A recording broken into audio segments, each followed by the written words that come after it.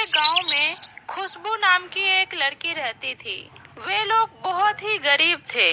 खुशबू की माँ जानकी अक्सर बीमार रहती थी। घर चलाने के लिए खुशबू सिलाई का काम किया करती थी और उसी से उनके घर का गुजारा चलता था। खुशबू सिलाई के साथ हर काम में निपुण थी। कमी थी तो बस उसकी सुंदरता की। खुशबू दिखने में ज्यादा सुंदर नहीं थी, वह बहुत ही काली और बदसूरत थी, जिस वजह से उसे हमेशा ही लोगों के ताने सुनने को मिलते थे। एक दिन खुशबू के पास उसके पड़ोस में रहने वाली गौरी काकी कपड़े सिलवाने आती है। खुशबू, ये मेरी बिटिया का लहंगा है, तुम इसका सुंदर सा लहंगा सिल देना, जिसे पहनकर मेरी बिटिया का चांद सा चेहरा और ज्यादा निखर जाए। बेटी की ब्याह का बहुत बहुत मुबारक हो काकी। अरे, तू कब करेगी अपना ब्याह? तेरे साथ की सभी लड़कियों की शादी हो चुकी है और तेरे साथ की तो कितनी लड़कियों के बाल बच्चे भी हो चुके हैं। अब परसों रोज मेरी बिटिया रानी की भी डोली उठ जाएगी। काकी, शायद मेरी इन हथेलियों में जीवन भर दूसरे का लहंगा सिलना ही लिखा हुआ है।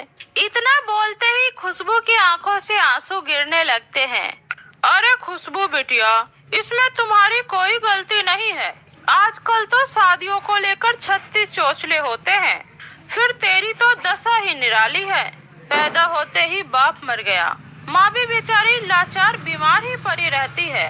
ऊपर से तेरा ये काला पक्का रंग और ऊपर से गरीबी की मार, यही सब तेरे ब्याह के रास्ते में पहाड़ बनकर खड़ी है। अच्छा बेटी, अब मैं चलती हूँ। देखा माँ, सबकी तरह गौरी काकी भी बातों ही बातों में मेरे काले रंग पर ताने कस गई। खुशबू लहंगा सिलने में व्यस्त हो जाती है।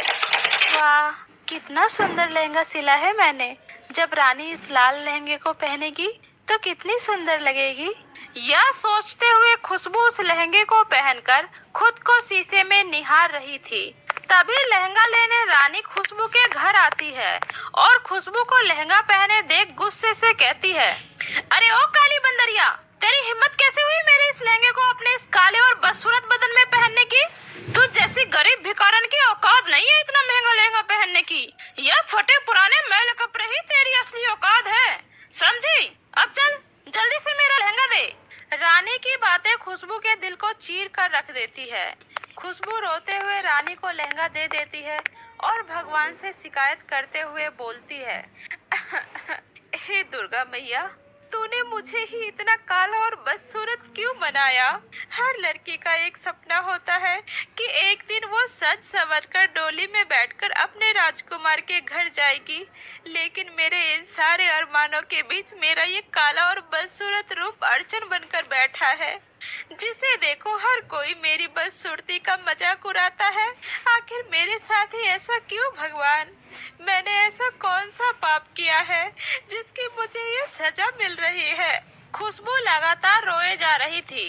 अपनी बेटी की सिसकियों को सुनकर जानकी का नींद खुल जाता है और वह उठकर खुशबू से कहती है, मेरी बच्ची, ऐसा नहीं कहते। इंसान सूरत से नहीं बल्कि मन से सुंदर होता है और मेरी बिटिया रानी तो दिल की बहुत ही सुंदर है। लेकिन आज के इस दौर में इंसानों की आंखों पर पैसों और रूप का पट्टी चढ़ा हुआ है। लेकिन तू चिंता मत कर बेटी, एक दिन सब ठीक हो जाएगा। इतना बोलकर दोनों सो जाते हैं। ऐसे ही समय बीत रहा था।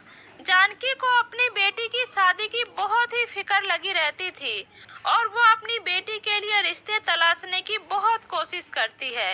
वह हर रिश्तेदार के घर जाती है, लेकिन हर कोई खुशबू के काले रंग को देखकर रिश्ते के लिए मना करके चले जाते हैं। बड़ी ही मुश्किल से जानकी को एक रिश्ता मिलता है। वे लोग खुशबू को देखने उसके घर आते हैं। खुशबू हाथ में चाय का प्लेट लेकर उनके सामने आती है। अरे आय हाय, यह कैसी बेटी है आपकी? अरे कहाँ मेरा बेटा दूध सा सफेद और कहाँ आपकी बेटी कोयले की खान? माफ करना बहन जी, मैं ये रिश्ता नहीं कर सकती। भगवान की खातिर कृपया मेरी बेटी को ठुकरा कर मत जाइए। मैं आपके आगे हाथ जोड़ती हूँ। मेरी बेटी दिल की बहुत ही अच्छी है। वो आप लोगों को कभी कोई शिकायत का मौका नहीं देगी। कृपया हम पर रहम खाइए। ठीक है, लेकिन हमारी भी कुछ शर्तें हैं। देखो जानकी बहन, वैसे तो मेरे बेटे के लिए लड़कियों की लाइन लगी पड़ी है, लेकिन तुम चाहती हो कि मैं तुम्हारी बेटी को बहू बनाऊं, तो मेरी एक शर्त है। तुम्हारी बेटी से शादी करने के लिए हमें ज्यादा कुछ नहीं, 2 लाख नगद और 5 तोला सोना देना होगा। अगर मंजूर है तो कहो। मुझे सब मंजूर है, बस आप ये रिश्ता मत तोड़िए।